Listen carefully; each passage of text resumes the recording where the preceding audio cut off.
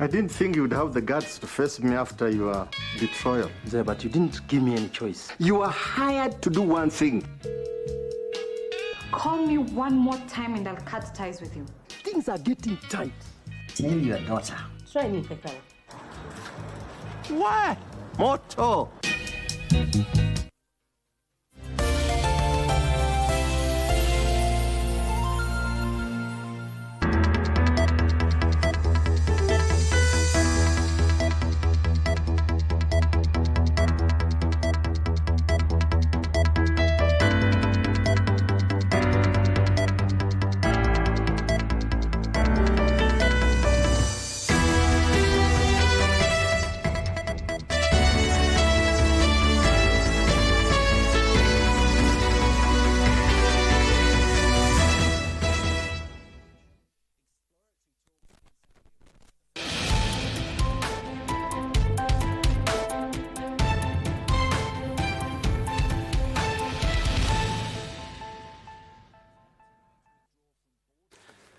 And live from the broadcasting house in the county of Nairobi, this is the great KBC, and you're just in time for lunchtime news. My name is Njue. Ann Wangeshi is my colleague on the bottom of your screen, handling the sign language interpretation. Time for a detailed coverage of the day's events.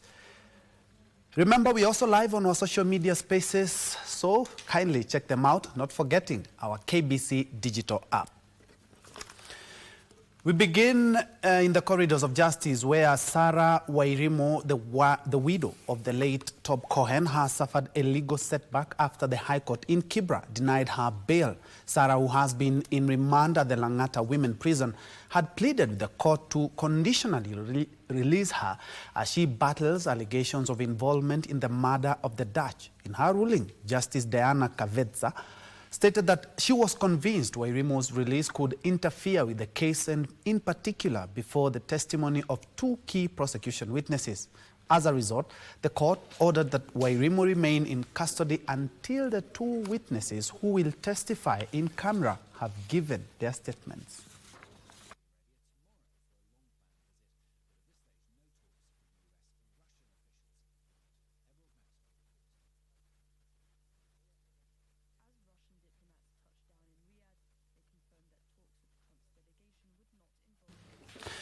Apologies for that. We will revisit that story a little bit later on, but moving on, a group of long-distance truck drivers in the Great Lakes and Western regions have expressed concerns about a lack of information and preventive measures regarding the Mpox virus, which has been spreading across the region. The drivers, who on a regular basis cross the Busia and Malaba border post, said the lack of awareness and screening of the virus at the border has left them at risk of infection. The drivers are calling on relevant authorities to introduce educational campaigns to inform the public about the dangers of Mpox and how to prevent its spread.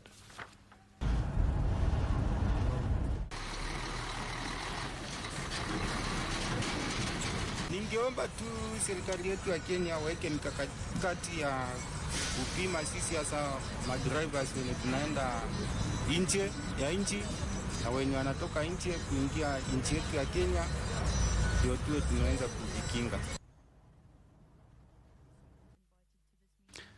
To Kilifi County, where environment law enforcers have carried out a series of raids on clubs located in residential areas of Malindi following numerous complaints about noise pollution.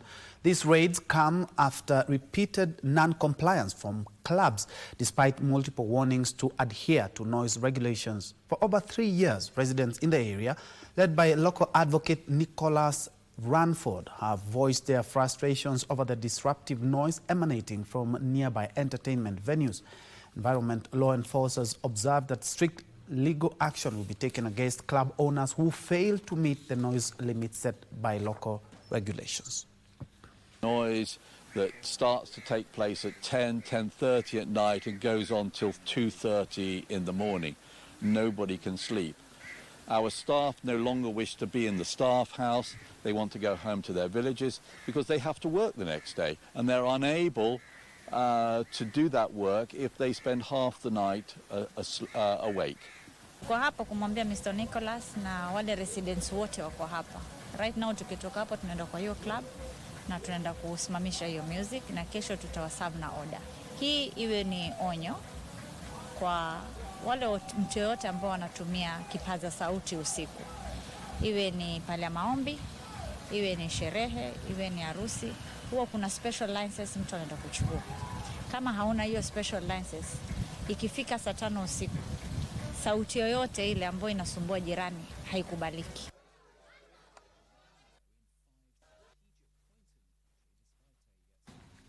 In other news, Gender Principal Secretary Anne Wangombe has condemned increased rape cases in Magadi, Kajiado West Sub-County. The Principal Secretary, who held a crisis meeting with the area residents and security agents, called for a multi-agency approach to deal with the vice.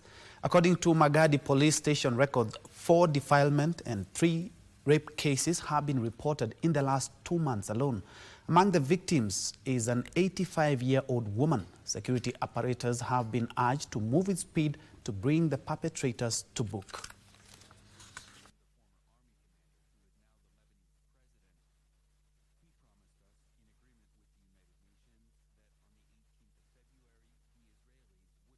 Kajiado County cannot be branded as a county where rape cases are happening in the 21st century.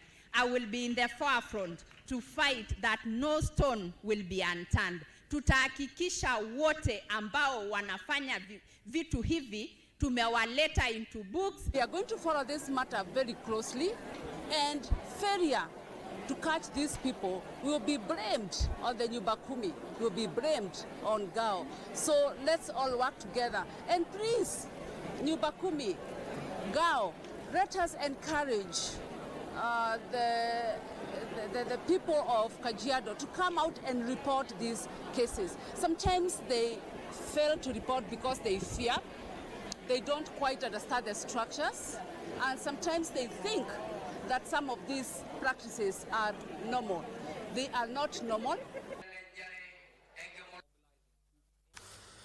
In other news, the director of the National Counter-Terrorism Center, NCTC, Kipyegon Kigen, has announced a bold new strategy aimed at strengthening regional efforts to prevent terrorism and violent extremism. Speaking at a 3-day training workshop for intelligence officers from Kenya, Tanzania, Uganda, Mozambique, Djibouti, and Somalia, Kigen revealed that the upcoming strategy set to roll out next month will prioritize gender issues.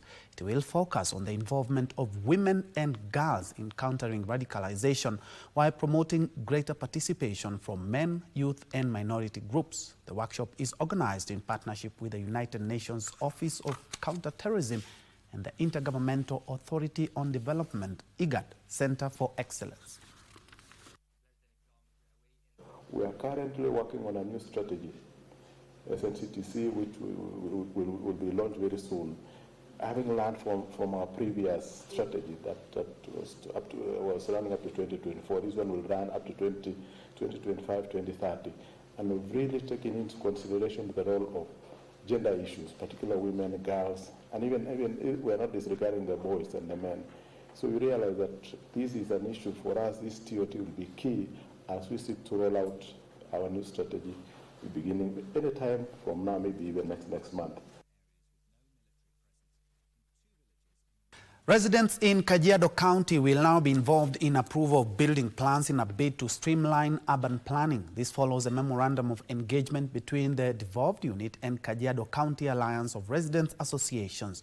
Residents will have a proactive role in preventing construction of illegal structures and curbing establishment of informal settlements in towns like Kitengela and Ongatarongai. Communities' vision and priorities. To ensure that we are able to moderate our urbanization so that we are able to map our resources with our ability to grow, because growth can be regulated so that you do not grow beyond your means. You do not grow beyond what you can be able to provide for your people. I want to say that this is in line with the governor's agenda for livable towns. We are planning how the pressure from Nairobi that comes to Kajiado, which is in the metropolis, is going to be managed legally and in a sustainable manner. You've heard that also this is also going to cover rural areas. We have the Amboseli ecosystem plan being in consideration. We will put up a working team between the county government and KKARA so that we can have a framework that will ensure that we implement the MOE that we signed today. So. Now, the Kipsigis Council of Elders is calling on communities, especially the youth, to take interest in restoring and preserving their cultural heritage. The elders, led by Chairperson Richard Ngeno, convened a meeting at Tulwap Kipsigis, a sacred hill for the community, where they underscore the significance of cultural protection, as it provides a sense of identity and connects people to their history and heritage. We came here actually to discuss the importance of this mountain, this hill, which is known as Tulwap Sigis. It is a sacred place, a sacred hill, sacred, where our Kipsigis ceremonies, cultural and traditional activities were being carried out.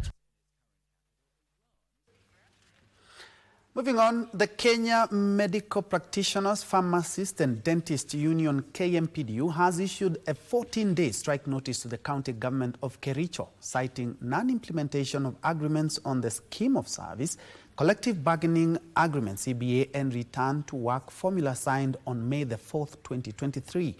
Speaking at Kericho Referral Hospital, KMPDU, Kericho Branch Secretary Stephen Omondi warned that medical services across the county would be disrupted from the 3rd of March if the county government fails to meet their demands. Omondi cited key grievances, including the lack of medical insurance and delayed promotions, leaving many doctors stuck in lower job groups.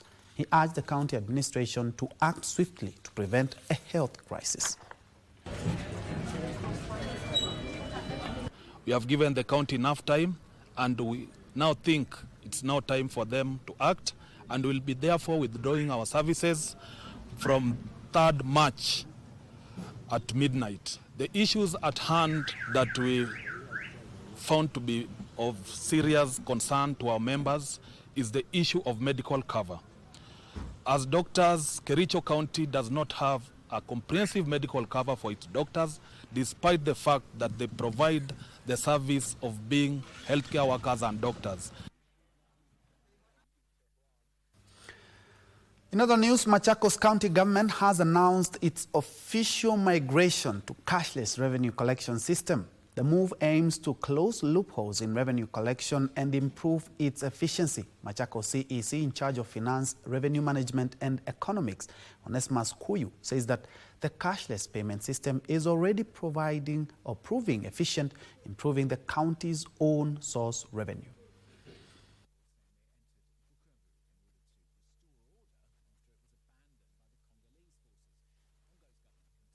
Mimi nauliza mkitoka hapa kama majenzi na kama wenye Machakos na wenye the future leaders of this county, mtaenda kukua askari wa mama tuweze kusukuma watu walipe kwa pay bill direct, walipe kwa pay bill ile tuko nayo sasa, na hiyo ndio inaleta vita mingi sana. Nataka niwaelezee, si ndio? System yenye tuko nayo sasa imetoa watu nje wameingizwa ndani, ni lazima ulipe through system. True governance is about ensuring that the voices of the people shape the policies and decisions that impact their lives.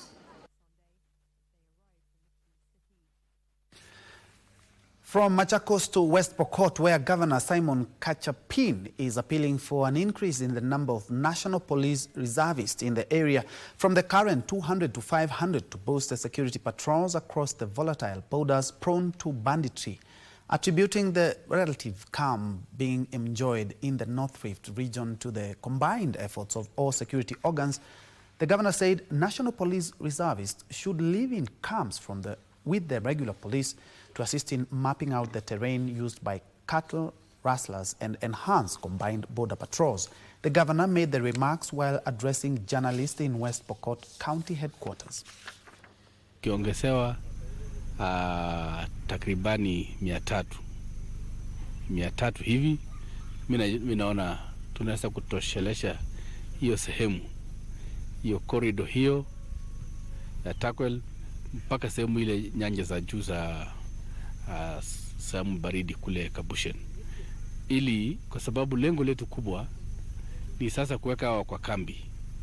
Tumekuwa na KPR wachache pale na hapa na pale, lakini tumesema tukiweka hawa kambi ili wapate nafasi ya kufanya patrols 24 hours, hii mambo tutamaliza. Na tumesema hao wafanyi peke yao, wanasaidiana na maafisa wa kawaida. Now, a suspected motorcycle thief has been lynched by angry residents and operators in Limuru, Kiambu County. A police officer was also injured as he attempted to rescue the suspect from the angry mob. The operators decried increased cases of theft leading to death, while others have sustained serious injuries. Limuru Police Commander Mary Gashie called on the public to report such incidents instead of resulting to lynching. I want to urge you not to take law into your hands. It is illegal to take another person's life or to wish to take another person's life. So I am appealing to you, don't take law into your hands. Every life is important. Every life is precious. So I'm appealing to you, in case you get a suspect of any form of crime, you report to us, and we shall take the necessary action. And over 50 schools in Busia County are set to benefit from a water project which is expected to resolve the acute shortage which had interfered with learning in the area. Busia County woman member of the National Assembly, Catherine Omanyo, who is funding the project, says the target is schools which have had water issues for the longest time. School heads from the area termed the initiative noble, saying that pupils will no longer waste time in search of water. Kina kwa sababu county nimechagua mashule yote hizi zenye zitachimbwa hizi ni borehole 50 round 1. Tena warudi round 2 borehole 50. So kwa mashule yote Busia County, nyinyi kama mmewekwa kwa wambele, si mna bahati sana? Kwa hivyo mtunze hii kitu. Tangu shule anze hatukuwa na maji na wanafunzi walikuwa wanaenda mbali kutafuta maji. Na wakati wa kiangazi ilikuwa ni vigumu sana wanafunzi kukaa kwa darasa bila maji. Ningependa kushukuru kwa mchango ambao Wellbori kupitia kwa mama County wametufanyia kupatia maji.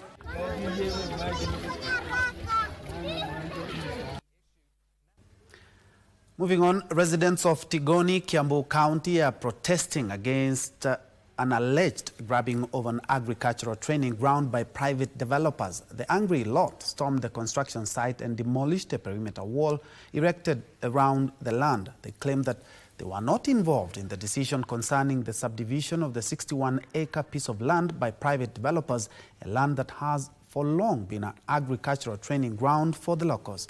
This is even as they accuse the local authority of laxity after being informed about illegal grabbing of land. Na wenye wanajenga hatuwajui na ukiangalia hapo tayari washajenga nyumba na hatuelewi ni nini. We know and the people in this area know that this land was left by Mr. Main, who was the original owner and who willed it for perpetuity, for it to be an institution of agricultural learning and training.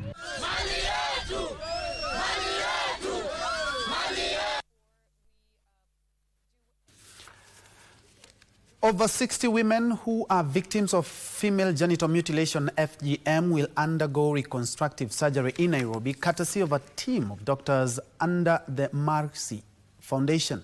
The procedure will be part of this year's medical camp for FGM survivors who not only grapple with health complications but also low self-esteem after the cut. I'm just self-retracting myself. I'm kind of looking for that. Dr. Mercy Bowers leads a team of local and international doctors to give back to these women what was taken away from them. It was a fifth surgery on the first day of the clitoral reconstructive surgery for victims of female genital mutilation (FGM). Clitoroplasty is a surgical procedure that involves the restoration of part of the female genitalia. The concept of how the procedure is done is that the scar is divided, the clitoris in what remains of it, clitoral body we call it, it can be brought to the surface, and with its shortened nerves, those nerves still conduct electricity. So as we found, by bringing those nerves to the surface, we reignite the feelings not only of identity, but also sexual passion in many cases. The surgery also has many other benefits apart from restoring the psychological and emotional trauma on the women. Dr. Bauer says that the benefits of a woman having the clitoral restoration surgery is that, number one, it restores her identity as a woman. It also helps her give birth naturally and avoid C-section. And above all, it also restores her sexual feeling. Dr. Christine Nyabuto says the devastating effects of FGM affect the young and old.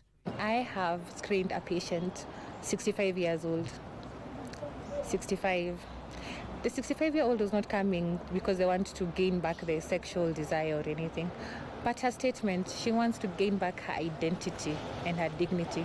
So you can imagine from the time she was cut, at the age of, maybe 5, and now we're seeing her at 65. She has lived for 60 years with a feel that she is not complete, she is not a woman, she's lost her identity for 60 years. Surgery is expensive for most victims, but Dr. Nyabuto says including FGM reconstructive surgery into the Social Health Authority will make it affordable. The government also should come into play and facilitate this as a free service that is covered by now SHA insurance, because it's a reconstructive surgery. It is not a cosmetic surgery. It's the same way when an arm is cut and amputated, you will reconstruct it and put it back as a reconstruction. It's not cosmetic. The 2-week medical camp at the Platinum Surgery Center in Nairobi will see over 60 women undergo the clitoroplastic reconstructive surgery.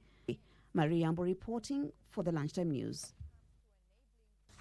Hope at last. Moving on, the Kenya Wildlife Service, in collaboration with other partners, has deployed 10 aircraft to conduct the ecosystem aerial totals sensors in both the Tsavo West and East National Parks. The sensors, which will take about 8 days, will utilize internationally recognized methods to avoid double counts. Plugging off the aircrafts to kickstart the aerial total sensors in both Tsavo West and East National Parks took center stage. Kenya Wildlife Service, the Department for Wildlife, and other partners in collaboration with the Institute officially started the exercise, which will take a week to complete. According to Kenya Wildlife Service, the critical ecosystem spans 5 counties and plays a vital role in Kenya's biodiversity, representing 38% of the elephant population range in the country. In the last census conducted in the year 2021, it recorded 14,964 elephants in the ecosystem, reaffirming its status as the largest elephant stronghold in Kenya. So these census will be able to tell us as this population recovered from the drought. Because after drought in 2022, last year, remember, there were a bit of floods and raining, and now we are seeing many babies. And every now and then, as a community, what the community says, wanasema kwamba these elephants imekuwa nyingi sana. But now is the time I think we'll exactly know. Hao ndovu wamekuwa wengi kwetu kweli, ama ni stories tu, ama ni vile wanakuja wengi kwa wakati mmoja, other areas hawapo. The exercise provides insights into population trends, habitat dynamics, and challenges affecting wildlife within the ecosystem. So this census, the output, we intend to have the final tally at the end of June for the entire country. And I'm sure this exercise will give us better knowledge on the animals, the population, the concentrations. We've seen quite a number of activities. The human-wildlife conflict is becoming more and more, and we always blame the human because we want to be seen to be active. But establishing those patterns would probably help us. Tsavo ecosystem is Kenya's largest continuous savanna range, covering approximately 49,611 kilometers square. For Lunchtime News, I am Teresa Mutai.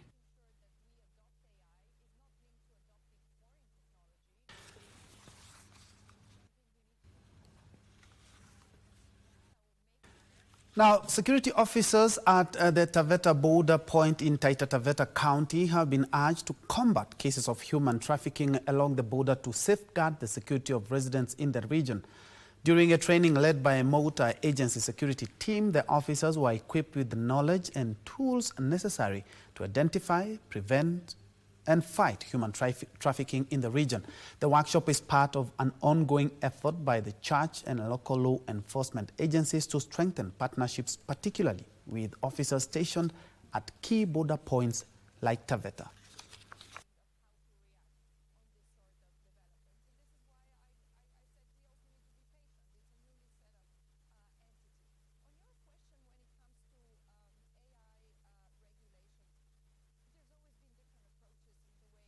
Leo hii tunafuraha kutumika pamoja na maafisa wa polisi hapa akiwemo OCBD katika border point, kwa kwamba tunapatana na wao katika masuala haya ya ulanguzi wa kibinadamu ama kwa Kiingereza human trafficking. Tumeshana kuhusu maneno ya human trafficking na tumeshirikiana tufanye kazi pamoja watu ya dini na sisi as police officers, because we are mandated kufanya na kuzuia maneno ya human trafficking. Education matters now, where the Kenya Secondary School Principals Association and the Turkana Secondary Schools Teachers Union in Turkana County have strongly opposed the move by the Teacher Service Commission to transfer more than 40 teachers from the county to other counties without filling the vacancies. Led by the County Secretary of Kesha, Nicodemus Ingolan, they have accused the TSC Rift Valley office of not adhering to the Commission's rules by transferring more teachers to the county. A spot check by KBC in some schools in the county has discovered the dire situation that has affected learning. Among the affected institutions include Lodwar Wafulana High School, which has lost 3 teachers, St. Joseph Lopur, 5 teachers, and PAG School, located in the center of Lodwar town, losing 2.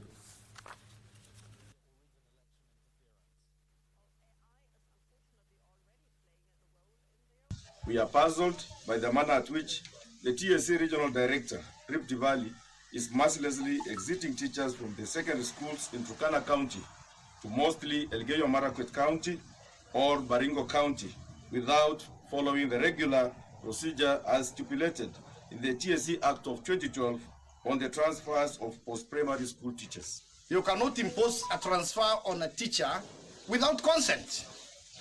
And the one who is signing letters in the regional office, we are putting you on spotlight. We are ready to go extra mile to make sure that such individuals are brought to book. As a national school, we had those challenges of understaffing, and we were surprised that even the few teachers we had were actually removed from, were transferred, and now the school is affected.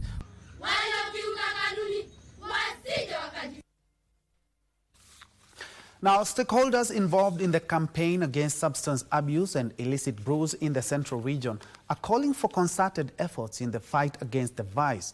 The stakeholders have expressed their concern over the rising number of young men who have fallen victim to substance abuse, making them unproductive and detached from the communities due to their dependency on illicit alcohol.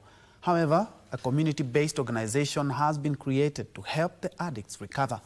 Elizabeth Gedai, a psychologist working with the addicts, has attributed the addiction to social pressures including family rejection, unemployment, and economic hardship.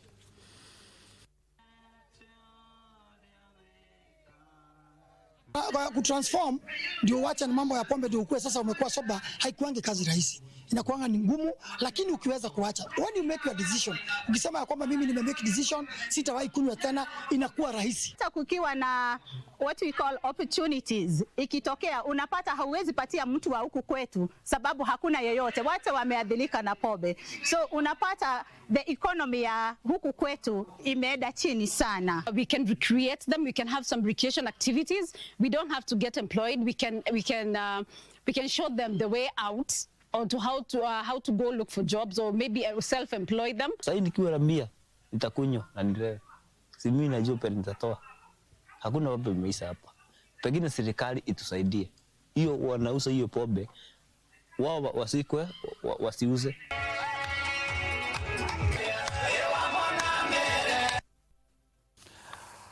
Well, with 100 shillings, he says he's sorted. And on that killer brew note, we take a quick break. Me, together with my co-anchor, Anwangeshi, but we'll be coming back with more news and especially touching on shillings and cents in business. Don't go away.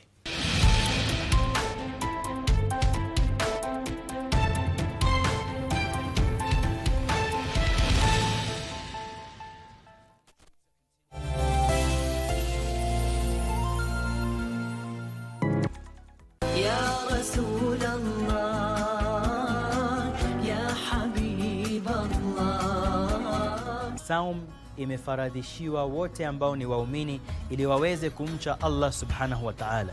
Ya Allah kwetu sisi kufunga mwezi mzima.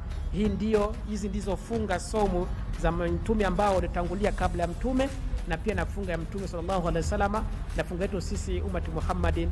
Basi Mungu atujalie tupate mazuri ya somo. Na sujudu mbele zako, naomba unisamehe. Kuhusu na hii kesi ni ya mtu mlagai. Mtu ambaye ana huruma. With your knowledge, ndio, how comes a big person like you, you are giving passengers, part vehicle? Why? Are you listening to yourself? I'm listening myself. Unajisikiza ukiongea? Of course, why not? So, kielele ndio nini umeleta hapa kwa koti? Kielele tena? Wewe hatarisha maisha. Hii ni kielele msimo kuja ushahidi. Na umesema chio ilikuwa imevunjika huko nyuma.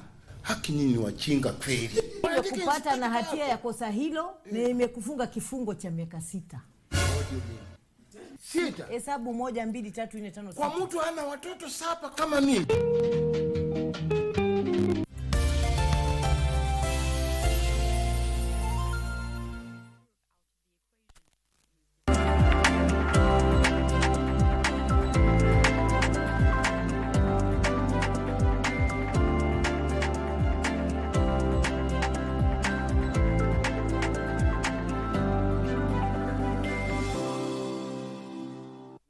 Welcome back. Time to make sense of shillings and cents in business. Women farmers could increase yields by about 30% if they had access to the right resources. Speaking at the Women Voices Conference in Nairobi, they have emphasized that bridging the gender gap in agriculture requires improved access to finance, markets, training, and digital tools. They also called for the elimination of discriminatory land ownership laws to ensure a more inclusive and equitable agricultural sector. The conference brought together women in agribusiness from over 20 countries, highlighting the need for policy reforms and targeted investment to empower women in food systems. Strengthening women's voices in agri-food system is not just an option, it's a necessity. Governments, businesses, researchers, and communities must work together to remove barriers, invest in women-led solutions, and create inclusive spaces where women can lead. Are a key actor along the whole agriculture value chain. They act as farmers, processors, retailers, entrepreneurs, and consumers. Worldwide, women make up 43% of the agriculture workforces, and in Africa even 50%. Nevertheless, they make up less than 15% of landowners worldwide, and often can cultivate only on small plots of poor soil quality. To have access to training, for example, or to change laws, for example, also to end the discriminatory situation, especially for widows, but also to get access to finance, to machines. So basically, every equipment what is also necessary in agriculture so is needed to support them to better work and more effective work. There's need to create an artificial intelligence regulatory framework that focuses on ethical standards for AI-driven media tools, transparency in algorithmic decision-making, and clear guidelines on the responsible use of AI in content production. This is according to Media Council of Kenya Regional Coordinator Karanja Jackson, who has highlighted the need to develop policies that advocate for responsible use of technology and upholding of journalistic integrity amid increased use of AI-powered tools in content generation. Can leverage the use of AI in the media industry. And you see, if we just look at AI as an animal, we will then say that all other forms of technology and advancements in technology that we've witnessed are not there to assist us. So we should look at AI as an enabler of our work as the media.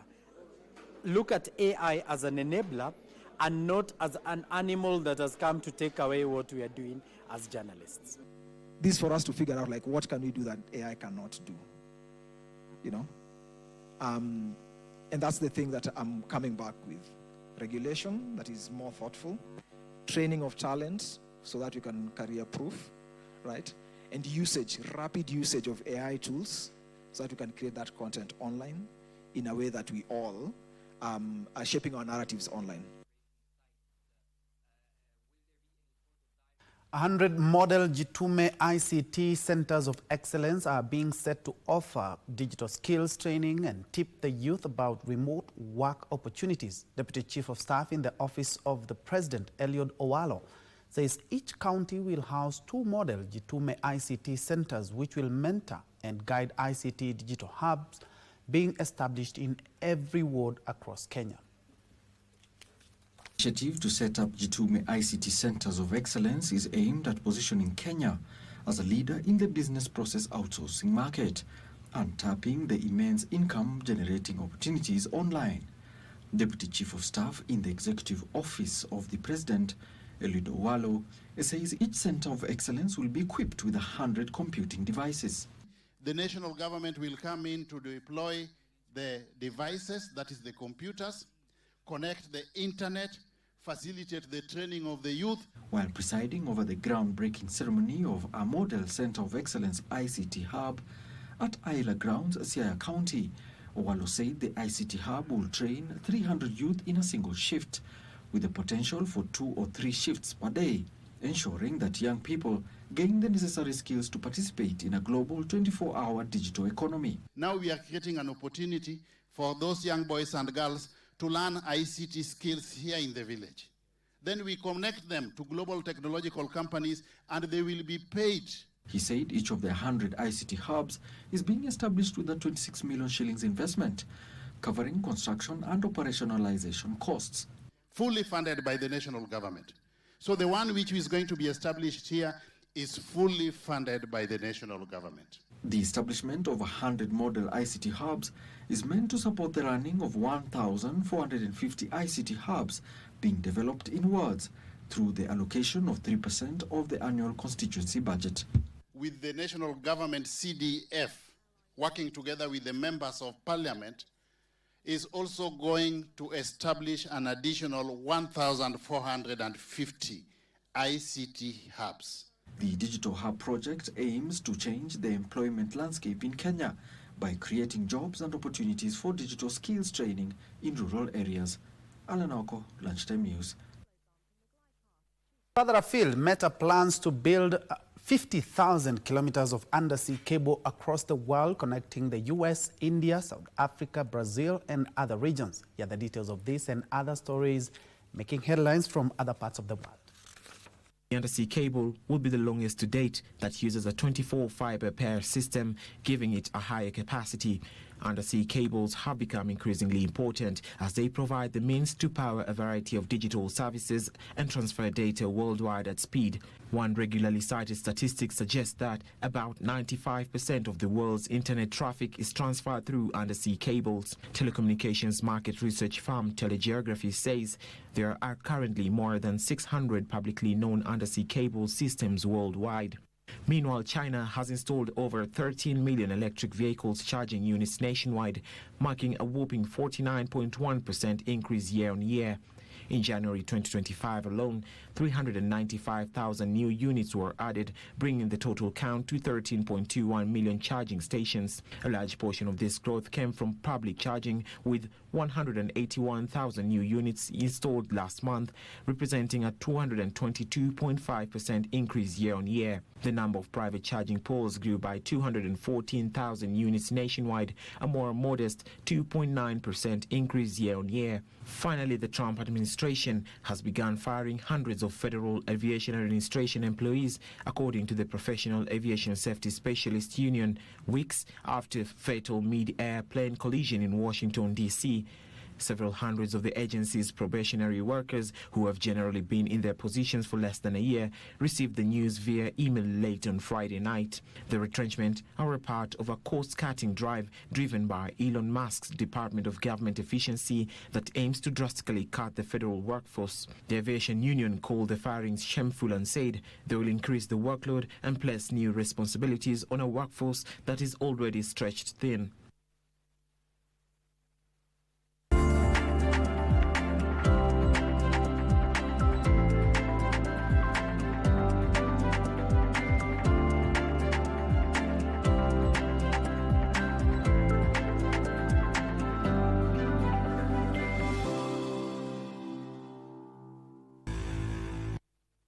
Time to play. The race to represent Kenya in next season's CAF Confederations Cup kicks off this weekend after the draw for the 2025 FKF Mozart Bet Cup was conducted on Monday night in Nairobi. Holders Kenya Police FC will start their title defense against Naivasha's Superior Hotels. 64 teams from across the country were drawn to contest for glory in Kenyan football's oldest cup competition at a ceremony held in Nairobi on Monday night. Holders Police FC have been drawn against Naivasha's Superior Hotel. 10-time champions AFC Leopards will meet Dero FC from Siaya. Gor Mahia will face Kenya School of Government Ogopa FC, while Bandari will face Kwale's Ruafa in some of the top-tier versus lower league matchups. Speaking after the draw, FKF President Hussein Mohamed said that he expects the tournament to reignite grassroots football. There are bigger, better things also to come in the near future. So it's a very exciting time for Kenyan football. Of course, it will take some time to fix it, but we are committed, we are ready, we are dedicated to this task, and you'll be seeing more sponsors now being unveiled. Very successful corporate social responsibility program, which we supported, and we will continue supporting by the players of the match every round and players of the round. We want to see people back in the stadium. Mr. President, I have only two things to request you. One, bring people back to the stadium. Football is about people in the stadium. When they come in the stadium, discipline must be restored. The round of 64 will be played this weekend, the 22nd and the 23rd of February, and the winners of the Mozart Bet Cup will pocket 2 million shillings in prize money, as well as represent the country in the CAF Confederation Cup. For Lunchtime News, I am Daniel Wahome. The World Women's Marathon record holder Ruth Jepngetich and reigning 800 meters world champion Emmanuel Wanyonyi are among the top athletes who have confirmed their participation in the 4th Absa Sirikwa Classic cross-country set for Saturday in Eldoret. Njue, who became the first woman to finish a marathon in 2 hours and 9 minutes when she won the Chicago Marathon last year, will tussle for the 10-kilometer title at the Sirikwa Classic against New York Marathon winner Sheila Chepkurui and this year's national cross-country champion Brilliant Jepkorir. The number of athletes that already invited is more than 1,000 because we have to use a different system in fighting because not everybody can just register and run because of the status of the race. We have also foreign athletes that have already confirmed that will be coming to compete from different parts of the world. Emmanuel Wanyonyi will return to defend his last year's 2-kilometer loop title on Saturday, just days after reigning supreme at the national cross country. The race has really grown, and of course we have different participants, athletes that never competed before. And there were top athletes who will be competing, world record holders who will be there. And it has grown really huge. The interest, the sponsorship, and the support is there. And worldwide, we are also ranked as one of the best events. So that continuity is as a result of APSA coming on board, and of course, the main sponsor being the government. They have done their part ensuring that our athletes also benefit from what the government is giving them. This year's edition will feature over 500 local athletes who will compete in 10-kilometer men and women, under 20 years, men and women, and the 2-kilometer loop for men and women. We are very happy and proud to know that the communities, the parents from different schools, they have taken the initiative even to raise funds, to raise food for the kids so that they can go to the camps where we are not able to pay.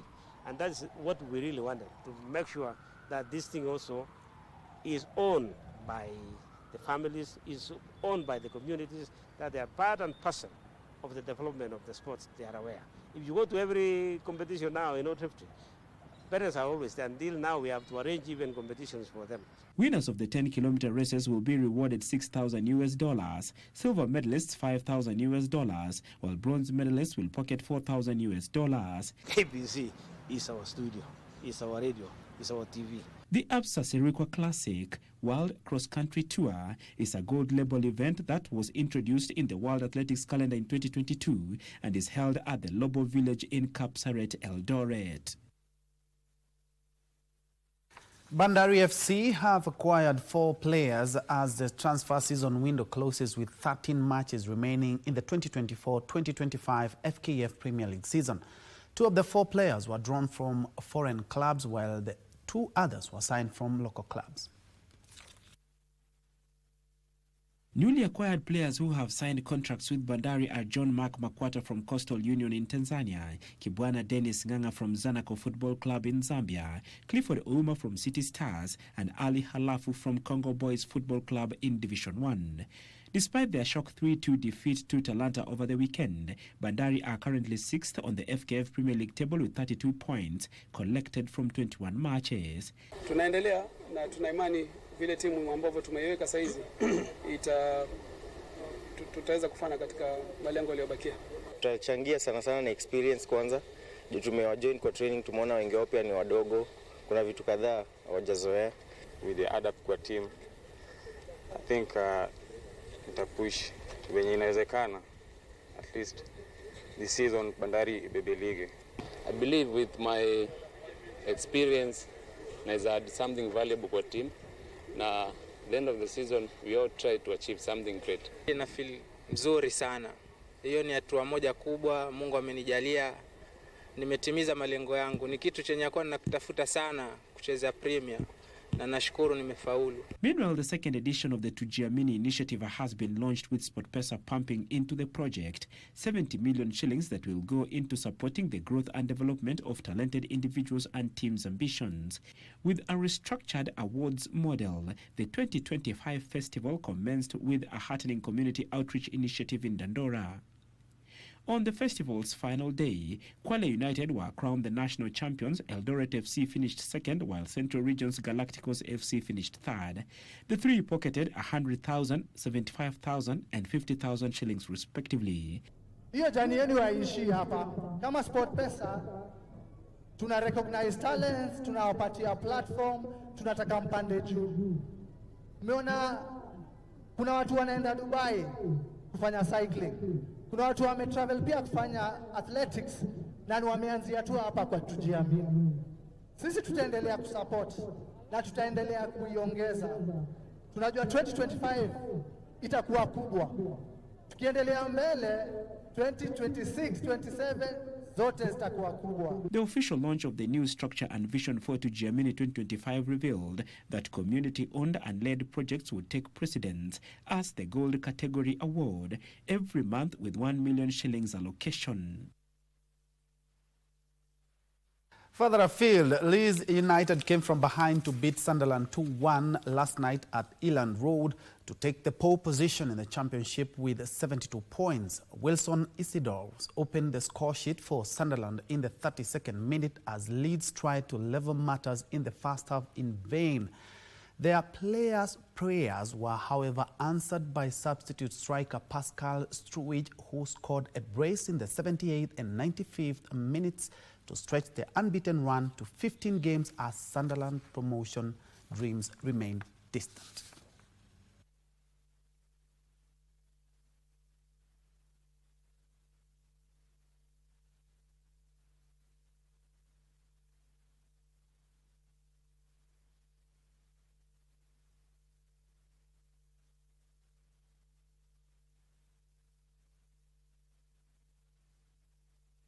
A quick one. The Champions League action resumes tonight at about 20:45 and also at 11. Allow me to just mention that 4 matches to be played today. AC Milan play Feyenoord. Of course, the Feyenoord do have a 1-goal advantage. Atalanta play Club Brugge.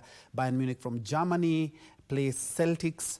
Benfica play AS Monaco of France. Well, of course, you can trust KBC for the latest in the sporting action. Many thanks indeed for joining us. On behalf of everyone who has made this broadcast a success, my name is Njue. My co-anchor on the sign language interpretation has been Anne Wangeshi. Do have yourself a lovely afternoon, and don't forget to check out our social media spaces for more news. More news also, check out at 4, 7, and 9. Have a blessed afternoon.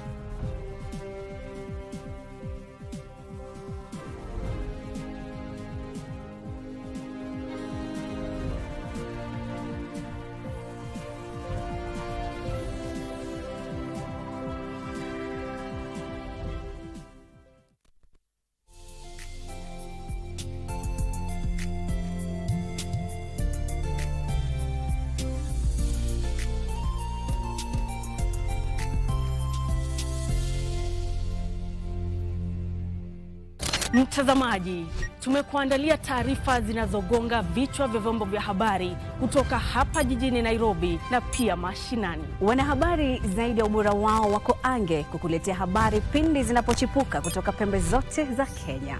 Kwenye kipindi cha Tamrini tunakuletea mazungumzo ya moja kwa moja kufafanua na kuangazia masuala yanayokuhusu wewe mtazamaji. Kumbuka, taarifa yenye thamani daima hupokewa kwa amani. Hivyo basi usikose kuungana nasi kila siku ya wiki. Tukupakulie na tukutaarifu taarifa yenye mnato kwenye runinga unayoienzi. Kwenye kurunzi mashinani, sisi DC.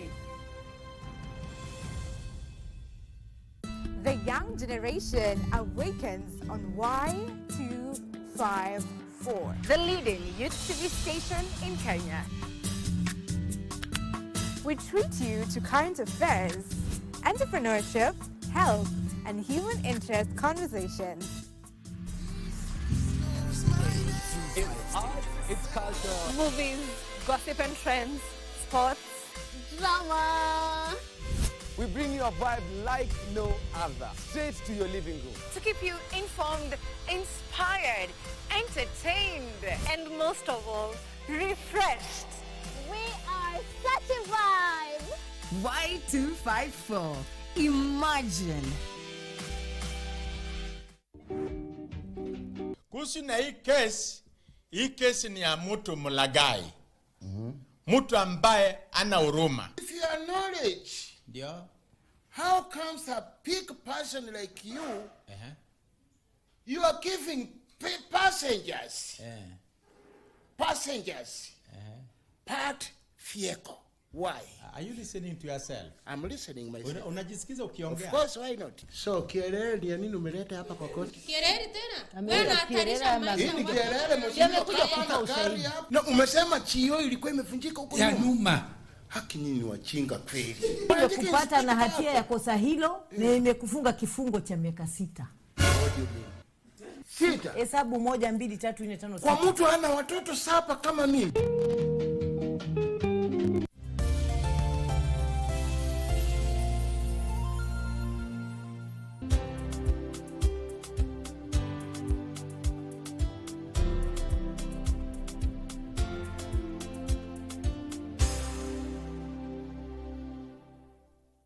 Can get you to Kai's good side. Wewe unaona nini nikiwa swara aje?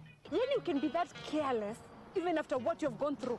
I think we need to cool off. This obsession you have with Kekara is going to get you killed.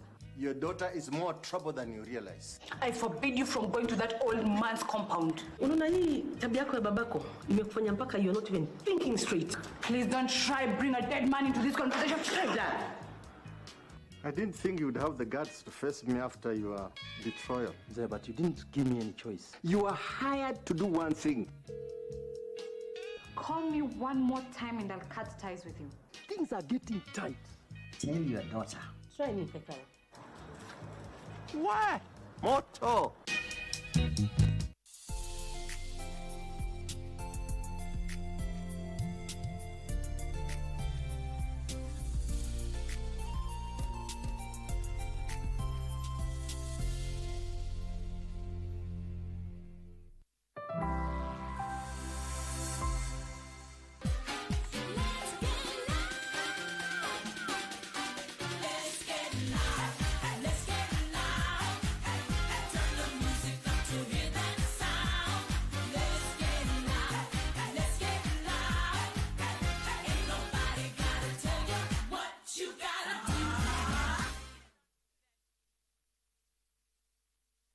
Time for us to kick the Monday blues away. The moment you get to see me on your screens, you know that it is time for you to get to know what has been happening in the world of entertainment. And today's show is well packed. You definitely do not want to miss any bit of it because we are going to be taking you all over. There was a lot happening over the weekend and we got to cover it because you know what they say, if you didn't see it here, it didn't happen. So we got to cover all of them for you, and that is what we will be giving to you right this very moment, beginning from now. As you can see, I am alone on the show. Don't you worry, Mula will be back here next week, but right now allow me to start off the show. My name is Vivian Dago. You can simply just call me Miss V, and you know what this right here is? Grapevine. What you gotta do?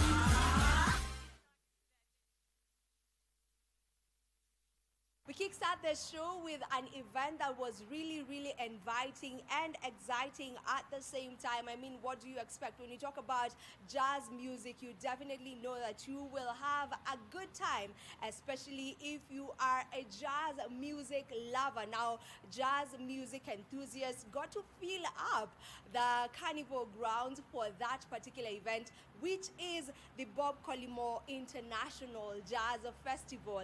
Let me tell you something. This event was just spectacular.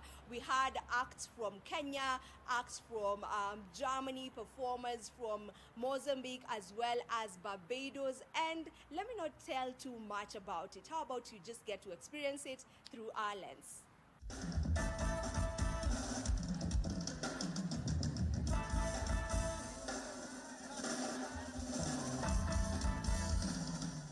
Nairobi came alive over the weekend as music enthusiasts gathered at the carnival grounds to celebrate the annual Bob Collymore International Jazz Festival.